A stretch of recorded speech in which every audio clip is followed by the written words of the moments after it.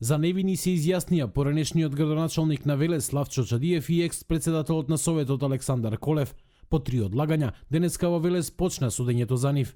Обвинети се за злоупотреба на службената положба при користењето на службените автомобили на општината. Наспроти ова, општинскиот секретар Елизавета Јовчевска во своето сведочење рече дека општина Велес се согласува двајцата кривично да се гонат. На рочиштето беа испитани и неколку сведоци кои ја објаснуваа процедурата на користење на службени возила. Дел од нив рекоа дека за ова постоел правилник. Во своето осведочење, еден од тогашните возачи одговори дека не подпишувал патни налози и не водел евиденција за поминатите километри. Наредбите ги добивал усно од шефовите, но рече дека не се сеќава кој му бил шеф, ниту пак кога се вработил во општината, оти од тогаш поминале повеќе од 5 години. За поранешниот градоначалник на Велес Славчо Чадиев, судењето е политичка фарса нарачана од власта.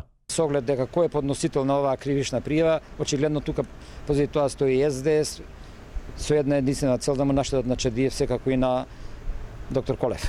Ќе оставиме на крајот, нели, судот да каже, и иако за мене тоа е на голема политичка игра, каде што на секој начин се обидува да се оцрни градоначалникот, бившиот градоначалник на општина Велес, каде што градоначалникот нема подпишано нити еден документ, нити има дадено никаква наредба, а се обвинува за усна наредба. Усните наредби знаете како завршуваат. Според обвинението, Чадиев како градоначалник во периодот од 2014 до 2016 година, спротивно на правилникот со усно одобрение му овозможил на Колев да користи службени возила.